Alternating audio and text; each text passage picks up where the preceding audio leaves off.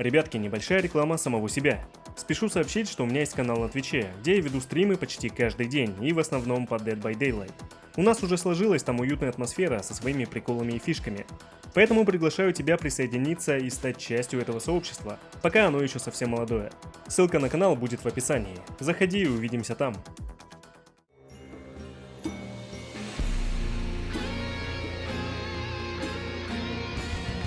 Привет, ребятки! Мы с вами продолжаем изучать вселенную Dead by Daylight, и в этом ролике поговорим про одного мана и одного выжившего. Это будут Деревенщина и Дуайт Фейрфилд. В общем, без долгих вступлений, погнали!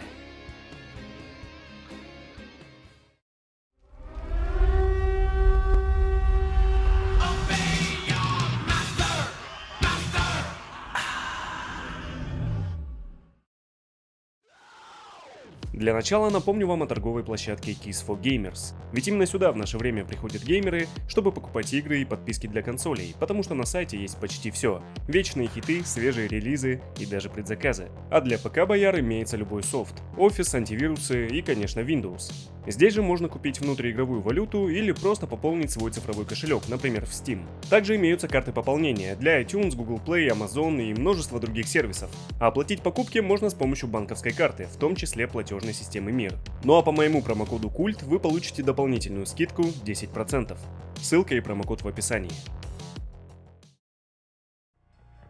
Деревенщина – один из основной тройки маньяков Dead by Daylight, которые были доступны на старте. В сообществе его часто называют Беляс, как производная от Hillbilly, что в свою очередь уже переводится как деревенщина.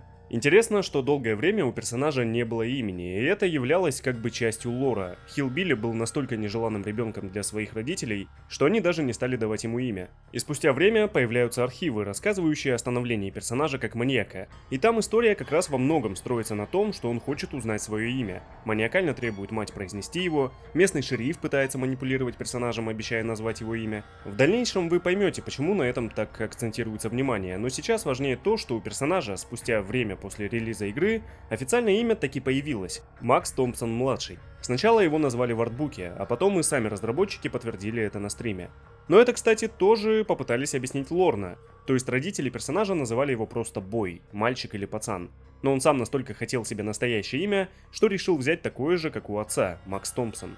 Хотя и тут была некоторая путаница, потому что фамилия этой семьи где-то упоминается как Адамс, где-то уже как Томпсон. Но скорее всего Адамс это был ранний вариант, который не отовсюду убрали. Думаю, ни для кого не секрет, что прототипом Hillbilly был маньяк из франшизы «Техасская резня бензопилой» Буба Сойер. Да, сейчас они оба есть в игре, но изначально ДБД не была такой масштабной коллаборацией хоррор-франшиз, и первое время разработчики ориентировались на культовых маньяков. В общем, отсюда у деревенщины это изуродованное лицо, молоток в одной руке и бензопила в другой. Причем на ранних артах он, по-моему, еще больше напоминает кожаное лицо, чем в самой игре. Но, кстати, Hillbilly не носит маску, в отличие от Бубы. Точнее, у него, конечно, есть разные скины, но вот это его кривое лицо – это не маска. Это врожденное уродство плюс последствия издевательств родителей. А там местами было прям жестко. Еще у персонажа есть немного забавный скин со свиньей, и это, кстати, тоже имеет сюжетную основу, но в дальнейшем опять же сами поймете, что к чему, если будете слушать внимательно. Фактически, Hillbilly является самым быстрым маньяком в игре, если не брать в расчет всякие телепорты, дэши и прочее. А вот собственную скорость персонажа, которую он может развить и с которой может перемещаться. У деревенщины это 9,2 метра в секунду.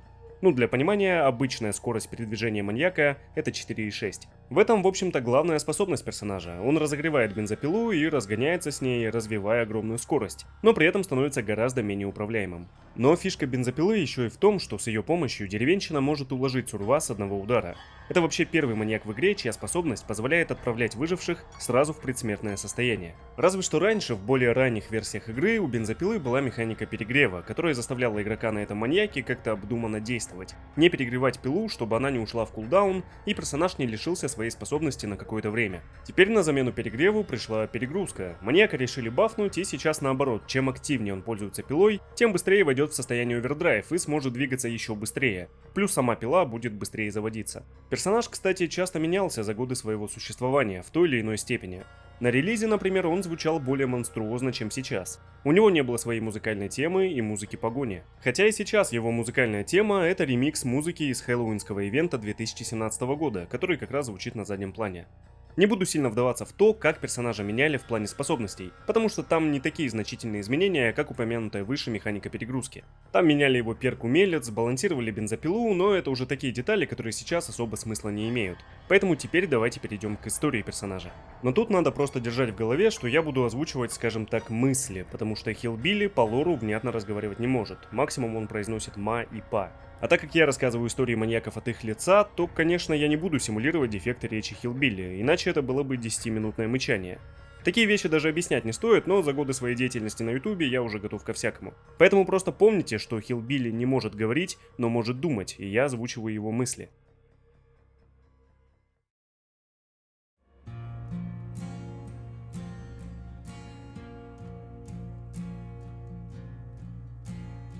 Я бы хотел, чтобы они просто отстали от меня, оставили в покое. Но снова слышу приближающийся смех и голоса. Это отец и шеф полиции. Ненавижу, когда они вместе. Но с ними есть кто-то еще. Это помощники шефа. Я сижу в своей клетке и просто жду. Сейчас они войдут и будут глумиться надо мной. Отец похвастается своим орудием убийства. Он называет меня либо так, либо пацан. Они заставляют меня делать всякое им на потеху и смеются, постоянно смеются. Как же меня бесит этот их смех. Я бы хотел передавить их всех. Вот почему они смеются? Родители же должны защищать меня, а не издеваться. Я видел это по телевизору. Родители Кларка Кента заботились о нем, и он стал героем, хотя он им даже не родной. Ну а мой единственный родитель и друг – это телевизор. Хотя бы он показывает мне другую жизнь, пока я сам сижу в клетке. А шеф совсем не такой, каких я видел по ТВ. Этот плохой человек. Я слышал, как они разговаривают с отцом об отмывании каких-то денег, но так и не понял, зачем они их моют. Мне только ясно, что они вместе занимаются чем-то нехорошим. Папа даже называет шефа грязным, как мое лицо. Ну а потом они все вместе смеются. Как-то странно, они собираются на это шоу со мной в главной роли, чтобы посмотреть, как я управляю со скотом. И вроде бы это я весь в крови, я убиваю. Но смотрят-то они. Это они так развлекаются? Они все ближе и ближе. Их смех и разговоры превращаются в какой-то гул, который заполняет мою голову. И он не уходит, пока я не начну биться головой о стену. Так сильно, чтобы даже сил не осталось стоять на ногах. И вот я падаю, гул стихает, но я слышу звук открывающихся замков, лязг цепей, и моя комната, землянка, выкопанная специально для меня, заполняется светом. Вставай, пацан. Пошли покажем помощникам, чего ты стоишь. Я уже настолько далеко от всего этого, что как будто смотрю на себя со стороны, как в телевизоре. С молотка стекает кровь, и я стою окруженный тушами коров, весь в крови, которую даже смыть не дадут нормально. Вокруг меня полно мух, и они не просто жужжат, они говорят со мной. Говорят: «Убей?» А эти все стоят и смеются, кричат, чтобы я продолжал, я еще не закончил. Говорят, что я настолько бесполезный, что даже имя не заслуживаю. Черт, родители ведь даже своим любимым свиньям дают имена. А я же их сын, почему мне не дали? Почему они любят свиней больше, чем меня? Я бы хотел, чтобы отец гордился мной, как родители гордились Кларком Кентом. Раньше я даже очень старался, убирал навоз, ухаживал за скотом так, чтобы отец видел это, и, может быть, даже дал мне свое имя, Макс Томпсон. Но что он, что мама так и называют меня пацаном. Меня так наполняет злость, что даже голова кружится.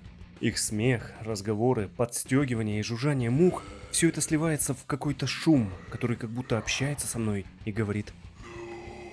В висках стучит, и все сливается в одно смазанное пятно. Я прихожу в себя, вокруг опять полно крови, и я слышу какие-то визги. Но это не свиньи, это человеческие визги.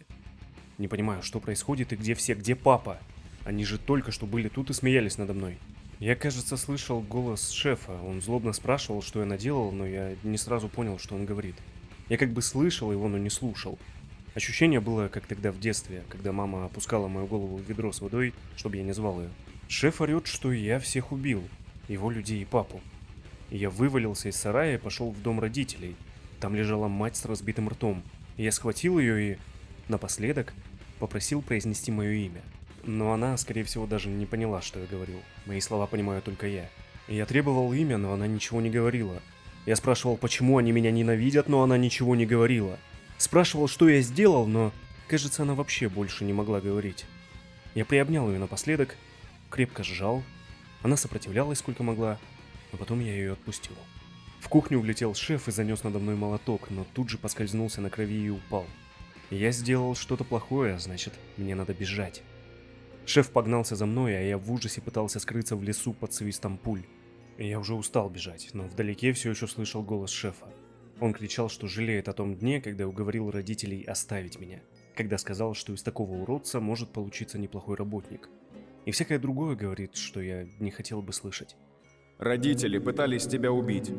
Ничего не сделали, когда на тебя пролился кипяток из кастрюли, а нам сказали, что ты просто неуклюжий и сам опрокинул на себя кастрюлю. Но я-то знал. Я их сразу раскусил. Они так стыдились своего изуродованного сына, что облили его кипятком. Я не хотел это слушать и зажал уши, но в тишине голову снова заполняет тот шум. Я знал, что один его слышу, и знал, что это неправильно. Мухи не разговаривают и не смеются, но я их слышу. Это, наверное, из-за папы. Он мне что-то повредил в детстве, когда кричал прямо в уши всякие злые вещи так, что потом звон стоял. Вроде того, что лучше бы меня не придушила пуповина, а задушила совсем. На мгновение я остановился и собрался с мыслями. Сзади приближались голоса, значит, шеф позвал еще помощников. Пусть идут, пусть все идут. Они все должны заплатить за то, что знали про издевательство родителей, но ничего не сделали. Они все виноваты. Когда один из них настиг меня, я понял, что разобраться с человеком даже проще, чем с коровой. Одного за другим я отправлял их на убой, а они как будто даже иначе смотрели на меня перед смертью. Не как на скотину, в кои-то веке. Я специально делал так, чтобы им было больно. Если бы передо мной была корова, я бы прекратил ее страдания. Но эти существа другие. Они злобные и продажные. Поэтому я не всех добиваю. Некоторые еще ходят по лесу, как зомби из телевизора. Перебитые, ошеломленные, пока не свалятся на землю. Меня изнутри наполняет какое-то странное чувство, и почему-то я начинаю смеяться. Оказывается, это приятно давать отпор. Остался только шеф, и он ищет меня. А я прячусь и жду, когда он подойдет ближе. А пока на время мысленно переношусь к своему телевизору. Родители дали мне его, чтобы я не шумел и успокоился. Он работал лучше любых оков, которыми они пользовались раньше. Ведь из них я все равно выбирался, а от телевизора отходить не хотел. Сидел послушно и тихо. Мама, кажется, даже была рада. Говорила, что экран гипнотизирует меня. Как бы я хотел, чтобы родители сделали из меня героя своей добротой и заботой, как это сделали родители Кларка Кента. Но я не Кларк.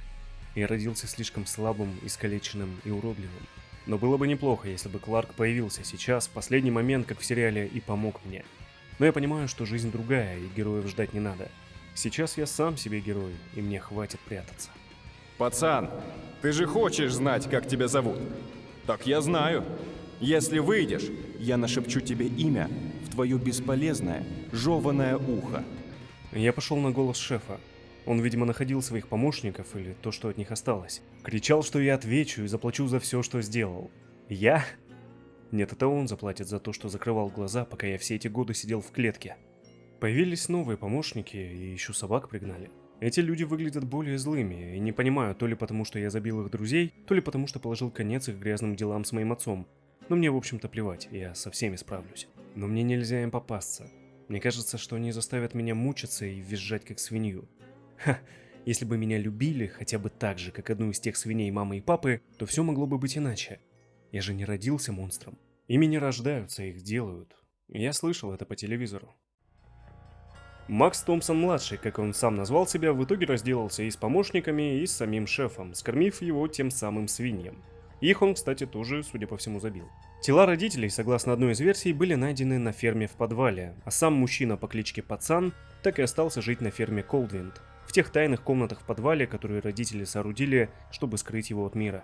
Говорят, что по сей день летними ночами можно услышать звук бензопилы, раздающийся с заброшенной фермы.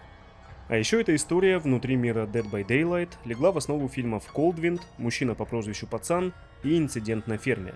Тоже своего рода отсылка на техасскую резню бензопилой, которая в нашем мире якобы основана на реальных событиях. Хотя по факту это не совсем так. Думаю, уже в третьем ролике, на третьем маньяке, можно поднять вопрос того, что разработчики несколько романтизируют их. То есть они такие, потому что их жизнь потрепала, они вообще-то жертвы. Большинство историй манов ДБД почему-то заставляют сочувствовать им, что с этической точки зрения, конечно, неправильно. Но мы помним, да, что это игра со своей вселенной, где суть как раз в том, что нечто, сущность, развращает человека с тяжелой судьбой и заманивает его в свой мир в тумане. Одному она является в виде одних образов, другому как призрак близкого человека, а в случае Хиллбилли сущность как шум говорит ему «убивай». и в критический момент он уже не сопротивляется. Окей, теперь давайте сделаем небольшой перерыв от этих мрачных и жестоких событий и перейдем к чему-то более спокойному. Поговорим про одного выжившего, а именно Дуайта Фейрфилда. Того чувака, которого маны ненавидят просто потому, что он есть и, скорее всего, занимается генрашем. Ну, либо сидит в шкафчике. Дуайт один из самых первых выживших в Dead by Daylight. Он входит в состав первого квартета, среди которого также Мэг Томас, Клодет Морель и Джейк Парк. Причем Дуайт единственный, кто претерпел не так много изменений с этапа концепта до релиза. Собственно, то, что Дуайт доступен в игре изначально, и служит основой для мемов о нем. То есть это персонаж, доступный для новичков, которые, как правило, еще боятся маньяков и часто пытаются спрятаться, отсидеться в шкафчике, когда угроза близко. Даже сами разработчики о нем шутят, говоря, что если вы не можете найти Дуайта на локации, значит пора открывать шкафчики. Отсюда же довольно известная шутка в комьюнити о том, что Дуайт скрытый гей, который никак не может выйти из шкафа. Ну типа совершить камин-аут, думаю, вы и так поняли. Но все это, конечно, чисто фан, основанный скорее на статистике, ведь выжившие, в отличие от маньяков, не обладают уникальными способностями, фактически это просто моделька с перками. Да и то, что на Дуайте играют только новички, это тоже, конечно, стереотип. Я, например, когда увидел его скин динозавра, просто заржал в голос и понял, что теперь это один из моих любимых сурвов. Но вообще оригинальный образ Дуайта — это такой нормис, офисный работник, который старается заниматься своим делом и не отсвечивать. Причем известно, что внешний вид персонажа основан на реальном сотруднике Behavior. По иконкам и некоторым анимациям, например в лобби, понятно, что Дуайт вообще ни разу не герой, а скорее наоборот, предпочитает не лезть на рожон. А вот его набор перков как раз наоборот, подчеркивает некое лидерство в персонаже. То есть рядом с Дуайтом, с его оригинальными перками, другие персонажи быстрее чинят генераторы, лечатся, открывают ворота, а сам Дуайт видит их ауры в определенном радиусе. Конечно, мало кто играет с Урвом с тремя его оригинальными перками, но так или иначе они характеризуют персонажа. Да и его перк «Прояви себя», который ускоряет починку генераторов, по сей день один из самых популярных. Ну и одна из причин манов не любить Дуайта. А теперь давайте перейдем к истории персонажа. Дуайт Фейрфилд, несмотря на типичный образ такого задрота, формально им не является. Он довольно плохо учился, пытался добиться успеха в футболе, но не получилось. Его довольно быстро выгнали, а в команду по баскетболу даже не взяли. Всю жизнь Дуайт пытался быть гораздо круче, чем он есть. Ему не хватало харизмы, и некоторые его выходки казались эксцентричными для окружающих. С годами Дуайт превратился в такую белую ворону. Друзей особо нет, в обществе не замечают, а личными успехами не похвастаешься. Но однажды показалось, что жизнь улыбнулась Дуайту, когда его приняли на работу в компанию Вершина 22. Все, что от него требовалось, это создавать фейковые страницы в соцсетях и писать отзывы о компании, в которой работает, а также о начальнике Лазаре, который готов был платить большие деньги Дуайту за такую простую работу. До этого Дуайт был аниматором, ему осточертела та работа, да и денег не хватало, а тут минимум усилий и хорошая зарплата. Хотя вскоре Дуайт обратил внимание, что Лазарь не вполне адекватен. Однажды Лазарь сказал Дуайту пройти тест на интеллект, но коллега успела предупредить Дуайта, что тест нужно специально провалить. Лазаря не интересуют показатели интеллекта сотрудников. Ему важно, чтобы никто из них не был умнее его самого. Странно, ну и ладно, подумал Дуайт. Деньги-то платят хорошие, но вскоре уровень бреда стал повышаться. Стало очевидно, что Лазарь сам не понимает сути работы компании, несет чушь про сюжетные крючки в рекламных роликах и даже хочет запатентовать этот термин, несмотря на то, что он уже много лет активно используется в индустрии. Но Лазарь уверен, что это он его придумал. Босс, оказывается, и сценарий пишет. Как он считает, основал новый жанр – симулированный ужас. История про искусственный интеллект, который угрожает человечеству. Ну, по факту, Лазарь взял сюжет, скорее всего, «Матрицы», переписал другими словами и хочет снять веб-сериал. Но все в компании впрямь делают вид, что Лазарь гений, иначе их уволят. А увольняют тут за все подряд. Например, одна из ассистенток Лазаря на собрании не поддержала его шутку про дефект речи звукорежиссера. Видимо, он заикался. Лазарь над этим посмеялся, а помощница не поддержала и была уволена. Но перед тем, как уволить сотрудника, Лазарь специально распускает о нем всякие мерзкие слухи, чтобы потом использовать их как повод для увольнения. И все понимают, но стараются не подавать вида. Несмотря на то, что ежегодно уволенные сотрудники даже собираются толпой в каком-нибудь заведении и устраивают прожарку Лазаря. При этом даже инвесторы долгое время не замечали самодурства Лазаря. Вопросики появились тогда, когда очередной рекламный ролик обошелся компанией в сумму, на которую можно было бы снять голливудский блокбастер. Естественно, Лазарь не взял бы вину на себя, поэтому он начал свой ритуал по подготовке козла отпущения. Им стала Роуз, единственный человек, с кем сдружился Дуайт. Уже по традиции Лазарь начал ее публично унижать, распускать слухи и в итоге уволил без пособия, мать-одиночку. На очередном собрании уволенных Лазарем, куда Дуайт пришел еще в качестве гостя, один из бывших сотрудников рассказал ему, что однажды хотел пошутить над боссом и подсыпать ему один порошок в кофе, который заставил бы Лазаря беспрестанно смеяться некоторое время, как умалишенный, прямо на собрании инвесторов. В этот момент внутри Дуайта проснулся внутренний герой, тот самый лидер. Тот сотрудник побоялся так поступить, а Дуайт, кажется, решился. Он спросил у него тот порошок и получил его. Вскоре героический план был осуществлен. Дуайт тайно подсыпал боссу в кофе вещество, о котором ничего даже не знал. Во время собрания рассудок Лазаря помутился, и нет, он не начал смеяться. Все оказалось не столь безобидно. У него случились галлюцинации. В других участниках собрания Лазарь видел ужасных чудовищ, на одного из которых бросился и начал душить. К счастью, тогда никто сильно не пострадал, Лазаря успели оттащить. Но не стоит забывать, в каком коллективе работал Дуайт, как там все лежат зад Лазаря. Судя по всему, вскоре кто-то из сотрудников сдал Дуайта. Ведь в будущем Лазарь устроит тренинг по укреплению корпоративного духа. Он отвезет своих сотрудников в лес, где и будет происходить мероприятие, а в качестве приятного завершения дня предложит выпить самогон личного приготовления. Дуайт выпьет, потеряет сознание, а вскоре очнется в темном лесу совсем один. С тех пор никто из живущих больше не видел Дуайта Фейрфилда. Он просто исчез, как в тумане. Что же, согласитесь, в случае Дуайта история, конечно, совсем не такая, какие были у маньяков, но, думаю, все равно интересно для фанатов и тех, кто не хочет сам открывать и изучать архивы.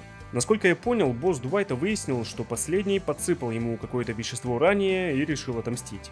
Видимо, он отравил Дуайта, и в каком-то пограничном состоянии тот стал доступен для сущности, которая затащила его в свой мир. Но несмотря на то, что сделал Дуайт, конечно, в тумане он совсем не сгодился бы на роль маньяка. Все-таки он больше трусливый и действовал из-под тишка. А вот на роль жертвы охоты, как мы видим, вполне себе. На этом, ребятки, я заканчиваю. Расскажите, как вам ролики в таком формате, где собраны истории Мана и Сурва. Это первый подобный опыт, но в будущем получится делать видео именно про связанных друг с другом персонажей, поэтому общая история получится чуть более целостной. Ну и пишите, о ком бы хотели следующее видео. А пока напоминаю про свой Twitch, возможно прямо сейчас я веду там стрим. Поэтому залетайте, буду рад и, как обычно, не прощаюсь.